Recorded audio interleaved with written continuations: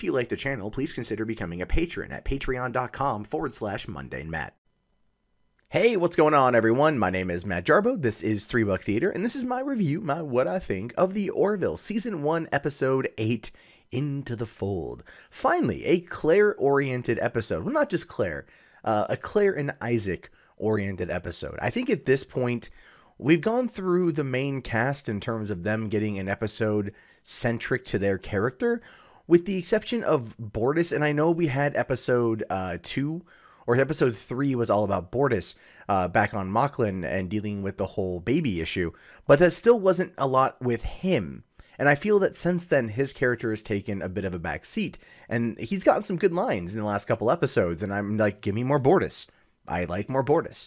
And Clyden, I want to see more from their relationship. I'm hoping now that we've kind of gone through the main roster that we get a lot more out of the cast as an ensemble versus these kind of setup episodes. And this is always the case with these particular shows. They have the ensemble, they give us episodes dedicated to each person, or persons necessarily, to further kind of extrapolate on who they are, to build to their own, canon, so on and so forth. And this episode definitely did it in a way that was, it was great. It was another fantastic episode. I love the fact that a show that's 8 episodes in has been able to seriously just find its voice. And its characters have been able to become, well, very well defined, and they integrate well with one another, and they work well with one another, and they're building relationships, and those relationships are growing, and we as the audience are growing with them, which is just a lot of fun. I know I talk about that every week, but they keep doing it, so I'm going to keep bringing it up. However, I do want to say before I get into it here that it was announced today that the Orville has been renewed officially for Season 2. So to all of you critics out there that gave it really horrible scores on Rotten Tomatoes, yeah, that's all for you. That's just it. All right there, all for you. Because the fans kept the show around. The fans kept the show from going under, and they got it a second season. It's word of mouth, for one thing. People who didn't care for Seth MacFarlane going into this whole thing and hearing word of mouth have come back and said, you know what, it's good. It's good. It tackles social issues from a hope and optimism standpoint. And one that there's a line even in the episode tonight that I will get to where basically, well, it's a part that I'll get to, but Claire says, we value life.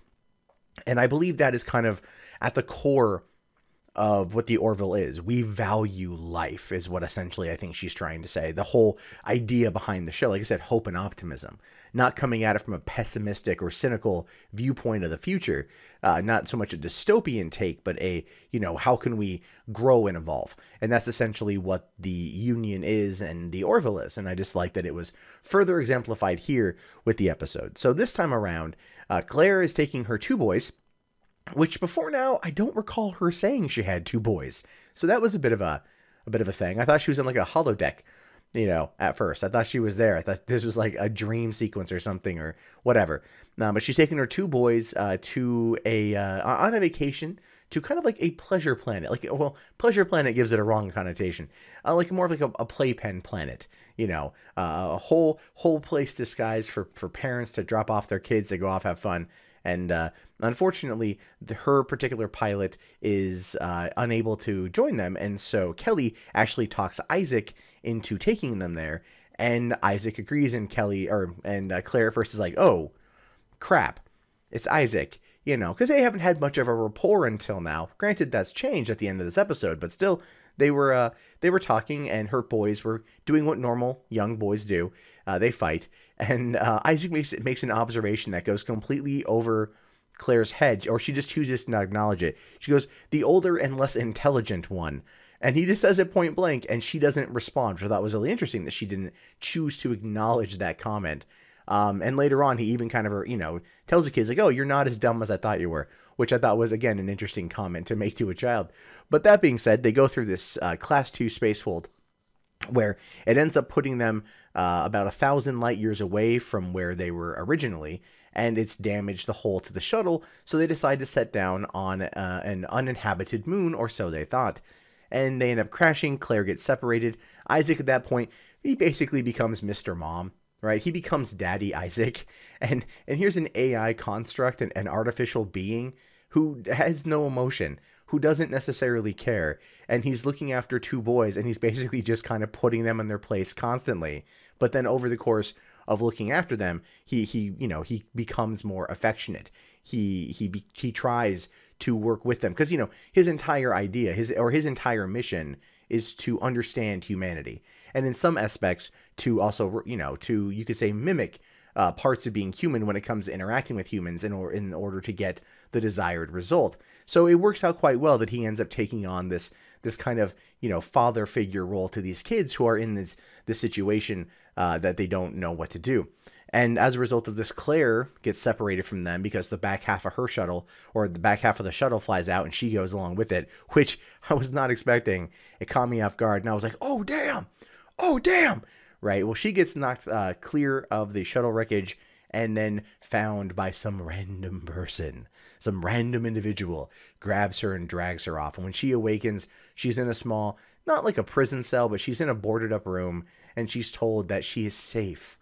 And that this is the safe place, but the guy won't give her any information. It takes her a little bit of finagling to figure out that essentially there was a war on the planet that decimated most of the population. Toxins were put into the water that causes them to go crazy, and they resort to cannibalism. And this guy was essentially a prepper, a psychotic prepper. And he has food, he has water, but the rations are limited, and so he's there. And here's this woman, so he's trying to look after her in the best way possible, but she's like, I have to go, and he's like, I'm not going to let you leave. So she has to eventually get herself out of there by stabbing this dude in the gut, then taking his gun and shooting him dead. Right? She just takes him out, and I'm not against that at all. Like he was not going to let her leave. The likelihood of him overtaking her in a physical manner for some kind of brown chicken, brown cow, non-consensual, of course, was probably on the docket at some point in time. And he gave me a bit of a, not as bad of a John Goodman and 10 Cloverfield Lane vibe, but somewhere along those lines. And if I do recall, the actor who played him, I don't know his name, but he was in X-Files, like a creepy guy. I think he was he was definitely a bad guy. I forget who he is right now. Someone will probably tell me in the comment section. But that was one of the cool things about this episode. It was like you had the prepper who, they had gone through an apocalyptic event on the planet.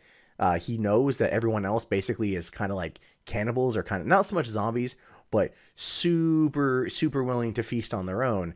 And in fact, they try to kidnap the children a couple times because, they want to eat them. And Claire eventually gets away, but unfortunately her youngest son gets sick because he falls into the water, ingests some of it, and she's unable to look after him.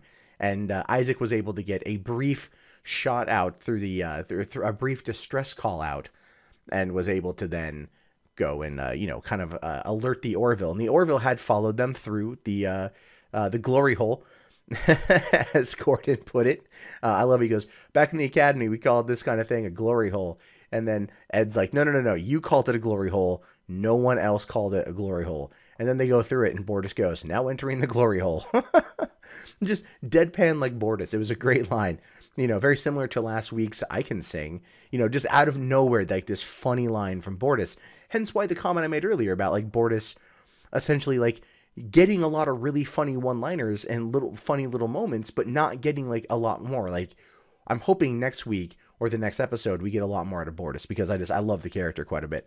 And then of course they lock on everybody, but then they're getting about ready to get raided by the creatures. There's a couple dozen of them out there. Issac tries to hold him back.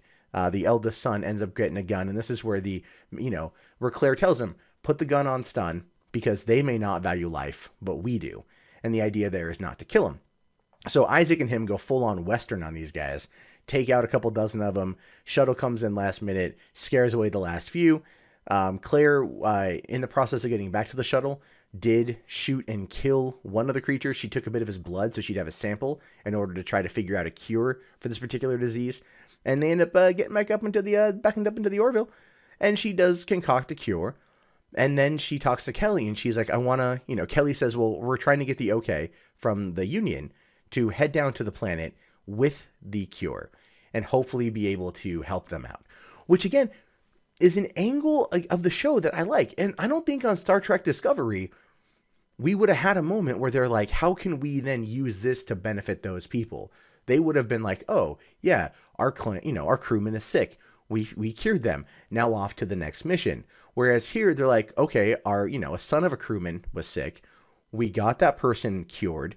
We are now going to try to get clearance to take the cure down to the planet in order to then offer help to those who are sick and need it there to maybe just stop the rampant cannibalism. Right? Like, they're trying to help people. That's the best part. That's the little bit I loved about the episode. It was like, we're trying to help people at the end of it. Not condemn them for what happened to them because of another megalomaniac who poisoned the water and brought about like a genocide. Like, this is something that a core aspect of the Orville that I really liked. Again, another good episode, another great episode. They're kicking serious ass. And of course, at this point, season 2, 2018, we're going to be able to get a whole mess of new episodes. I don't think we're going to get more than 13 out of the season. So I think we're coming into the back few, right? It's going to end probably before the end of the year, which is super unfortunate. This is a show that if they had the 22 episodes for a season, I would watch every single week and make sure that I raced home from whatever I was doing and check it out. Like tonight, I went and saw Thor, came home, did my review, was like, all right, time to watch some Orville, and then, immediately went and watched it. So I want to know what you guys think about the episode. Did you think it was a good one? Do you think it was a good build-up for Claire and Isaac to have a friendship? Felt like at the end there might have been a little bit of like a romantic thing. Because, Yaphet has a thing for Claire. And Yaphet might get a little bit testy if she's all of a sudden sweet on an artificial being and not a gelatin spore that can speak. So that's clearly where things might be going in the show, and it would be for an awkward morning. But I think it would be funny nonetheless. But yeah, leave your thoughts below. My name is, of course, Matt Jarbo. This is $3 Theater. I'll talk to you guys later. Have yourself a great day. Peace out.